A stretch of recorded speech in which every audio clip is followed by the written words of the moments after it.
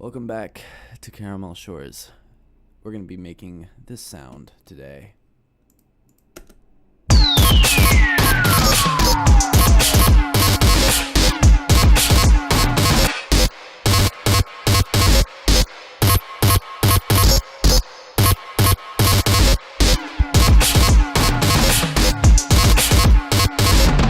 So just a super basic rusty bass stab type thing that you can use for EDM or really whatever. Whatever. Anyways, I made it in Massive. If you don't have Massive, I'll put a link in the description to just samples of this sound that you can mess with. And then I'll also include the chain I used. I used third-party plugins originally, but for the sake of this tutorial, I got it sounding pretty close. I used all Ableton tutorials for this, all Ableton presets for this, effects for this. So I'll put a link to this chain as well, and to the Massive patch if you don't want to follow along. So just head to the description and get your shares. Alright, anyways, we're gonna go into Massive now because I need to shut up. Alright, oscillator 1, I have it on carbon, set to carbon. We'll go to file, new sound. Set oscillator 1 to carbon, which is under analog electric right here at the bottom. Have the WT position pointing at carbon, at like the A in carbon, the intensity pointing at like this first arrow or the second arrow right here. Amp all the way up, pitch at -36. What you're going to do now is take this second envelope. We'll go into the envelopes and LFOs later. I just want to get this all laid out, mapped out. Take the second envelope arrow, just click on it, and drop it under pitch and turn it up to 12. And then take your fifth LFO arrow right here, drop it on the WT position, and move your mouse up, unless your mouse is inverted for some reason. If you move it up, the green should be on the right side, the grayish area should be on the left side. Oscillator 2 I don't use, oscillator 3 I don't use. I'm going to keep them there though, because I want you to just experiment with the sound and not just use the sound exactly how it is, because it's a stupid ass bass patch. But you could probably make it something way cooler than this. I believe in you. Modulation oscillator. I have the pitch down to -24. The phase is all the way down to the left, but turn phase on to 1 right here, and then again, keep it all the way down to the left. But we're going to put envelope 3 that we're going to be using. Again, click this little 4 arrow thing, drop it on the first channel of the phase, and just move it up a little bit.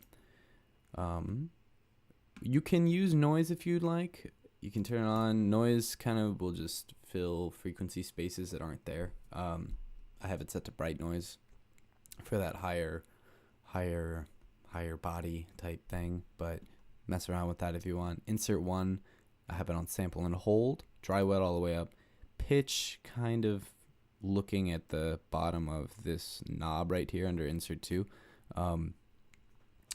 Filter 1, not using scream, so I guess in terms of this stuff it's just sending to a dry signal, but I'm not using scream in filter 1, and you can use it though if you want. Again, experiment. Filter 2 though is set to scream. Cutoff is pointing at scream is pointing at filter 2, and resonance is a little tiny bit to the left, but you can keep it at like 12 o'clock if you want. It shouldn't be that much of a difference. What am I going to do here? I'm going to take the 6 LFO right here, click the arrow, put it on the first little slot here, and move it up just to where it doesn't hit all the way. Green to the right, gray to the left. And take my 7th LFO, put on the first slot of the scream knob, and turn it to the move my mouse down so that the green is on the left and the gray is on the right. Not too much here. Resonance back to 6 LFO, first slot, up a little bit, just like dude has a little tiny haircut almost. Knob has this little funny haircut. Green to the right, gray to the left. And then I have the 4th macro on this 2F2 slider thing where I have this all the way up, and turn your macro all the way down, so 4 goes all the way down. And then last one, 3rd macro over here, again this is all the way up, and turn this all the way down. We go to FX1 over here. If it's set to classic tube. Dry wet is aiming at kind of the D in dry. Drive is looking at the little blue dot right there. Dimension expander, FX2. Dry wet is staring at this almost like in between these two boxes right here. Size is staring that way. I don't really know where that's pointing. I guess I could use like a clock. It's about 9 o'clock. A little bit above 9 o'clock here. And then take your fourth macro again. Put it on your dry wet first slot and size for slot. Just turn them up ever so slightly. Everything here in music is just ever so slightly done, and it sounds cool. EQ, boost. Put the fourth macro on, and just turn it up a tiny bit. High shelf. Okay, well here I have a little tiny bit more. Move it up until it hits about like 3 o'clock, and just keep those all the same though. And that should be good for the main, like the oscillators and everything. Should be fine there. Now let's go into, actually let's go into here super fast, this top label part. You can mess with your pitch bends if you want. Turn them up to 12. That's all going to be within Ableton though, or in your MIDI controller. But you can turn those up to 12 or 24, whatever. Restart via gate. Enable that. Nothing here. Voicing, nothing. Turn the voicing. Turn the this thing up to 4. Put it on mono rotate and legato triller, so you get that glide. You can probably also mess with the glide time here if you want. I could have put a macro there if I wanted to, but it doesn't really matter because it's just stabs, so it's more for like a portamento type thing. Routing, nothing weird with the routing. Global, nothing with the global. I guess make sure this thing's on ultra. Some OG stuff. Envelope 1, not doing anything with. Envelope 2, again, this was affecting the pitch, oscillator 1's pitch over here, and that's kind of just like the right when it comes in kind of pitch thing. So right now I have it set to, I have this fifth macro going to the attack right here, so you don't really hear it because it's a stab. But if I were to just play the bass out, like, let me just move this down to 1 for a second.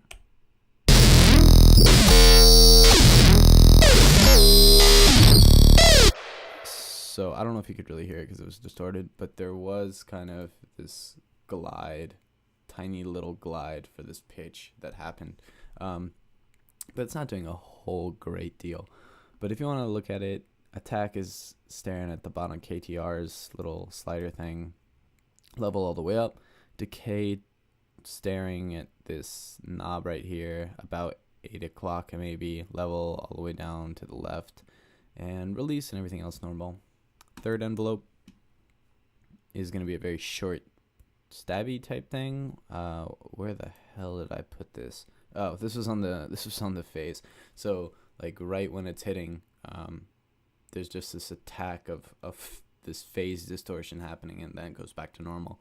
So again, yeah, make sure that's on the phase right here. Attack all the way down to the left, level all the way up to the right, decay down to the left, level down to the left, and that's all you need for that one. Fourth envelope. This is like the main envelope. It's on our amp mod right here. We have the attack all the way down to the left, level all the way up to the right, decay all the way down to the left, level staring at about, I don't know, 1 o'clock, something like that. Staring at this linear thing right there, if that helps at all. Release, I may have turned up a tiny bit. Release at about like 9 o'clock there. Now to our LFOs. LFO 5 is on this WT position right here. I have it set to 1/16. This is for the stab element of it.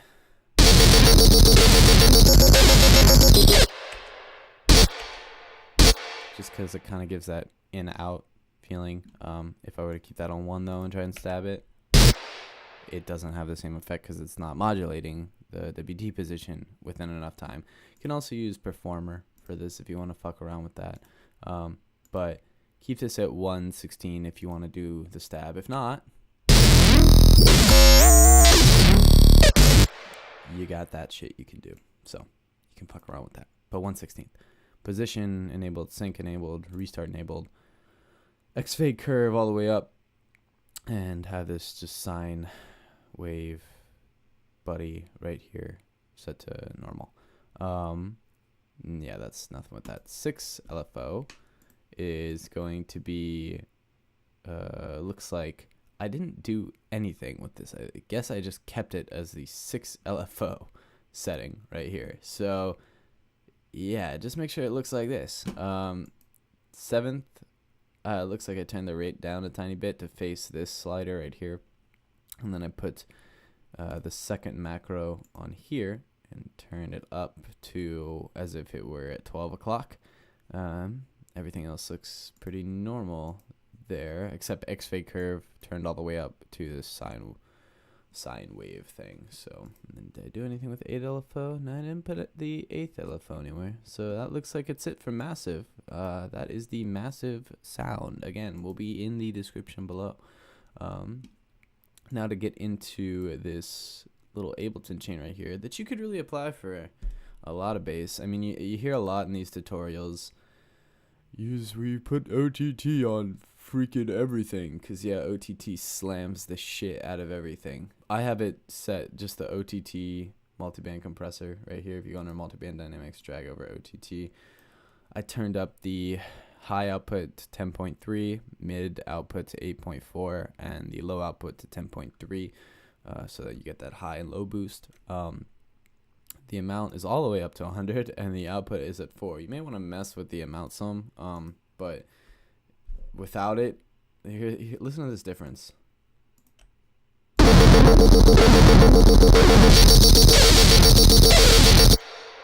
Yeah, so that's why people use that shit, and that's why you hear it so much in tutorials.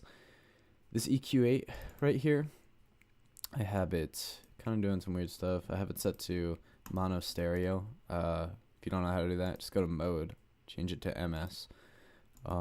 On our stereo, we'll start with stereo. I have our first tab here, 450, the Q at 0.77, set to a high pass filter.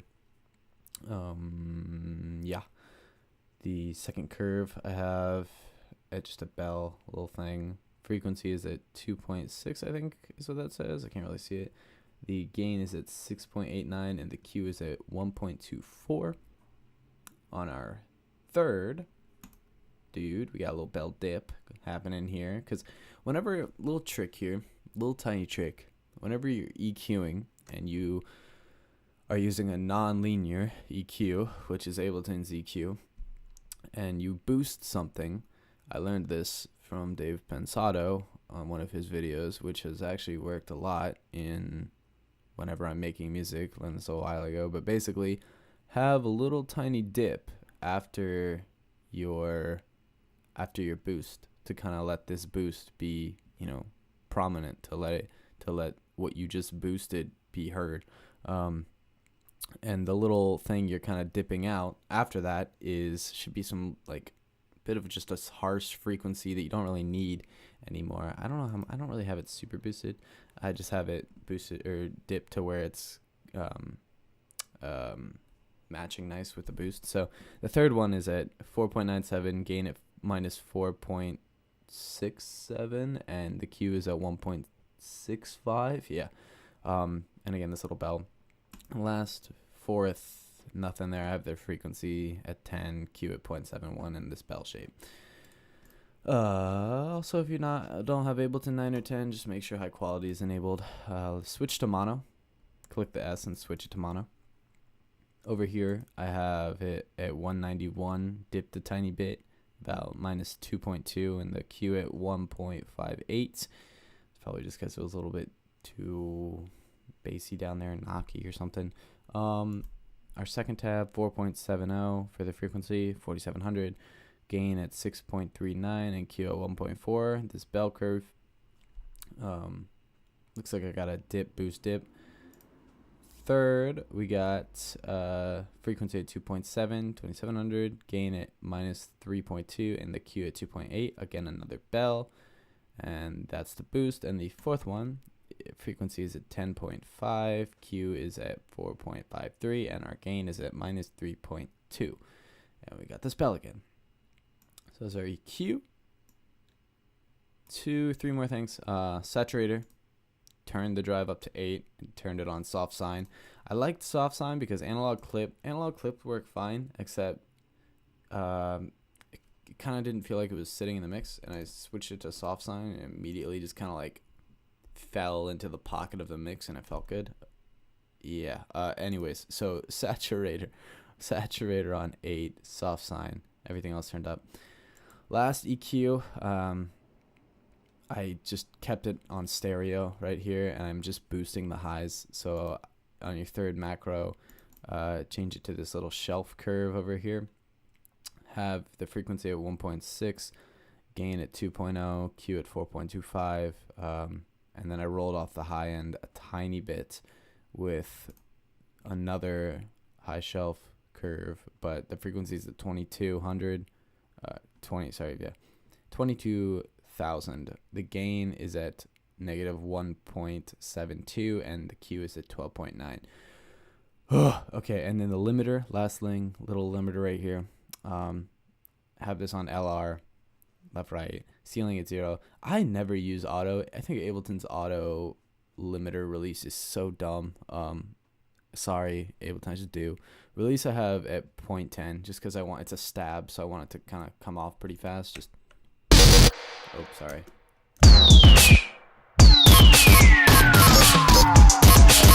So it should just come off. I need it to come off so that every stab hits without that enabled. So that's that. What did I send this to? It looks like I sent it to a reverb also.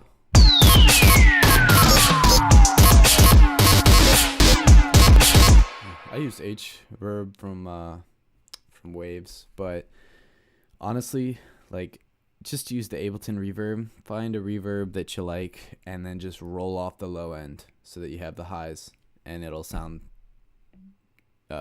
realistically the same as this right here. But it looks like I just have a short reverb time, very short reverb time. Again, I have my auto filter on there at around 624, and then I have my little doubler secret thing I do where I'm basically just taking out the mids and keeping the width on the reverb. So that's that. Looks like I had shit on the master too. If I didn't have anything on the master, what would this sound like? It still sounds good, or whatever, fine. Yep, that's it for this tutorial. If you made it through all the way for some strange reason, good job. Subscribe and like if you liked it. If this helped you in any way, please experiment. Please experiment with everything. Don't just use like what people show you. The way to get better is to just experiment with shit. So good luck out there. Have a good time. Be a good person and have a great day.